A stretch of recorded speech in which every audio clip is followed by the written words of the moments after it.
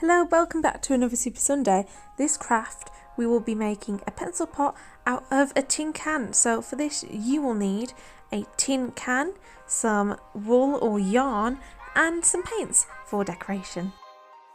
All I did next was wind around the wool to cover the pencil pot so it would be easier to put the paint on. And here you can see I've got my paintbrush, my water and paints ready. For my pot I started with my red and all I did was I put it onto the yarn and kept dabbing it on so I could put paint all the way around. You'll see later on that I actually added more colours onto mine because I felt like I wanted to go for a tie-dye theme.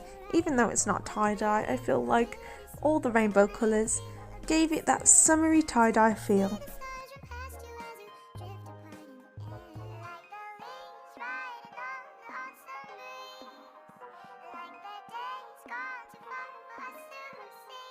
And this is what my pencil pot looks like. I added some paintbrushes and a pen in to just finish off the look.